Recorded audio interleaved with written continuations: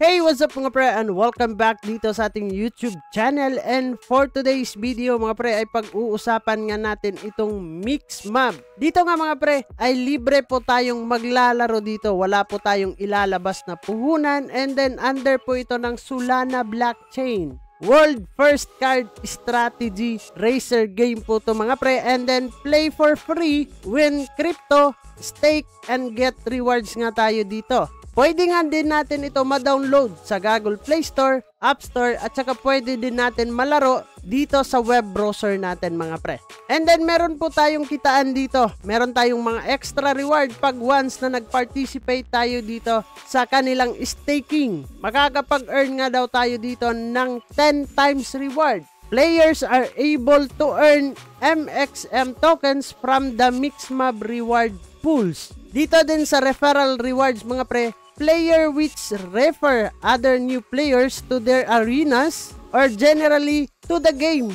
would be able to receive SUD and MXM token mga pre. So refer now, ilalagay po natin yung ating referral link dito sa ating description box or dito sa ating comment section mga pre. Nasa sa inyo na, libre po tayo ditong maglaro, and then syempre pwede tayong kikita dito ng SUD token nila. And then dito mga pre, how to earn tayo ng SUD token: purchase SUD bundles, win races in Mixmab Racer 1, stake your MXM in the Mixlab, and then complete po tayo daily mission and battle passes, and then engage po tayo sa kanilang social task. Minsan mga pre, no, meron din tayo ditong ginagawa sa kanilang event sa Discord. Pwede po tayong sumali, and then pwede nga tayong kumita dito ng SUD token as pa-reward nila sa mga magpa-participate. How to earn MXM token mga pre: purchase from exchange,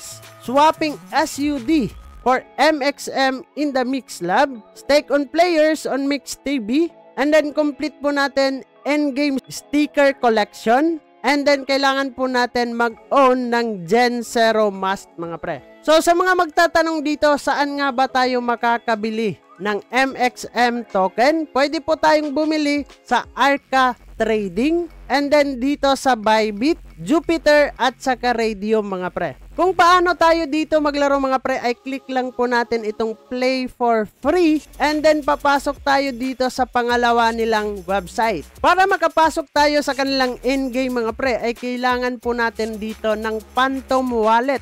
So, recommended po natin yung Phantom Wallet mga pre kasi napakadali lang din natin gagamitin ang Phantom Wallet. So, click lang po natin itong Play Racer 1, and then click po natin itong Solana Wallet. So, mga pre, tips lang to mga pre, no? Kailangan po natin gumawa ng panibago nating Phantom Wallet para ma-connect po natin dito endgame. Para safety na din sa ating ibang assets dito sa ating wallet mga pre. So, kailangan po natin dito ng ating must mga pre, pero meron naman sila ditong binibigay na libre, no? And then dito sa Mix Boots mga pre, ito po yung ginagamit natin pang race doon sa endgame nila. And then dito mga pre, meron din tayong Dix. Itong Dix nila mga pre, dito po naglalaman yung ating mga skills dito. So pag-click po natin dito sa find, and then makikita na po natin yung ating mga skills dito. Pwede ninyong basahin bawat skills mga pre kung ano ba yung maganda dito. Nasa sa inyo yan kung ano ang gagamitin ninyo ditong skills or yung decks mga pre, no?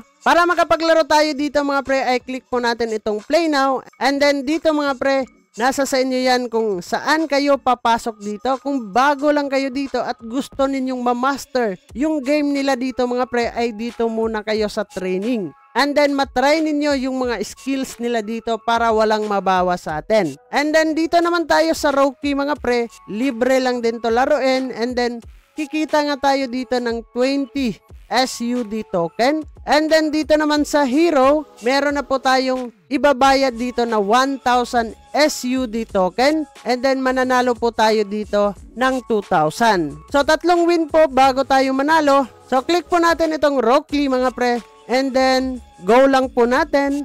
And then, hahanap tayo ng match dito, no? Or player na naglalaro sa ngayon. So, antay lang tayo in a few minutes, mga pre, or few seconds bago tayo magsisimula nga dito. And then, ayun na nga mga pre, naka-match found na po tayo. Antay lang tayo saglit. And then, prepare po natin yung ating self dito, no? Ito po yung kanilang endgame, Neo Olympus. Ganito lang mga pre, no? Napakadali lang nung laro, and then ang maganda dito is ma-master ninyo yung inyong skills dito para magamit ninyo siya, and then matalo ninyo yung inyong kalaban dito, no? So go, mauna tayo, pinapauna tayo ng ating kalaban, and then dito tayo papasok para ma-strength, and then kukuha po tayo ng ganun mga pre, parang energy para magkaroon tayo ng skills dito. So kailangan natin gamitin yung ating mga skills dito, and then kuha po tayo nito. And then, uy, nauna na siya, grabe naman. Meron tayong power, so mauna tayo saglit. Iwan na naman siya. Kailangan natin gumamit dito ng fly of the wings. Kailangan natin gamitan ng tae.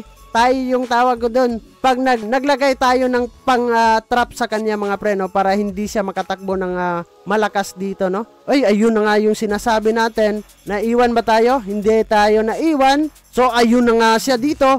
Mauunang na naman tayo. Gagamit tayo ng turbo. Ay, ayun na nga yung sinasabi natin. Magaling yung kalaban, no? So, kuha muna tayo nitong ating power energy. So, ayan, andun lang siya sa unahan. Kailangan natin babawi tayo dito. Flyaways! Kailangan natin maabutan siya mga pre para manalo tayo. Pero dito, nandito na siya. Nakikita ko na. Malapit na. Malapit. Uy, naunahan pa ako doon. Ayun na siya, ayun na.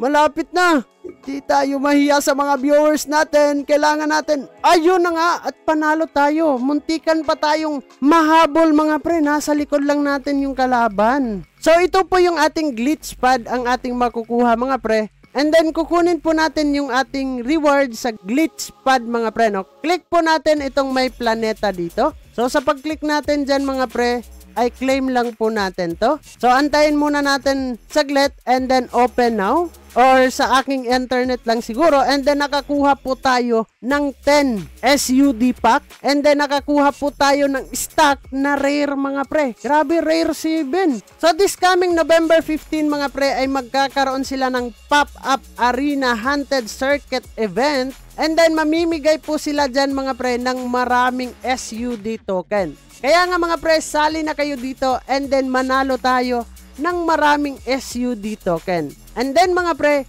paano tayo dito makakapag-convert ng ating token? So dito mga pre, papasok po tayo sa kanilang Mix Lab. And then dito sa Mix Lab mga pre, dito po tayo mag-staking. Pero scroll down lang tayo dito, and then makikita natin yung ating staking dito. So dito mga pre sa number 2 sa baba ay dito po natin makikita yung ating convert now. So pwede tayong mag-convert dito SUD to MXM token. And then meron na tayo ditong MXM token mga pre, ay pwede po natin siyang i-staking, no? So exchange SUD to MXM anytime for staking or gameplay. 50% of the fee is burn nga daw dito mga pre, no? So, convert now. Click po natin yung convert, and then papasok tayo dito sa panibago na namang website nila. Dito tayo sa exchange. And then, yung required po dito na minimum is kailangan po natin ng 750 MXM required para makapag-convert tayo ng kanilang token mga pre. So, yun lang naman yung ating pag-uusapan for today's video mga pre, patungkol dito sa Mix Map. Bago nga natin tatapusin ang video na to, kung bago ka lang dito sa ating YouTube channel, ay huwag kalimutang mag-click subscribe and click the notification bell para ma-update at ma-aware ka sa mga panibago nating i-upload na video. So this is me, Dong Ian TV. Kita-kits soon in the next video. Mag-ingat tayong lahat, and bye-bye! Barangay, samahang masaya, ano pang hinihintay? Kung online games ang iyong gusto, dito ka sa guild ko, solid to. Sa aming community na puro makulit, mga hari na trash talk pero malupit.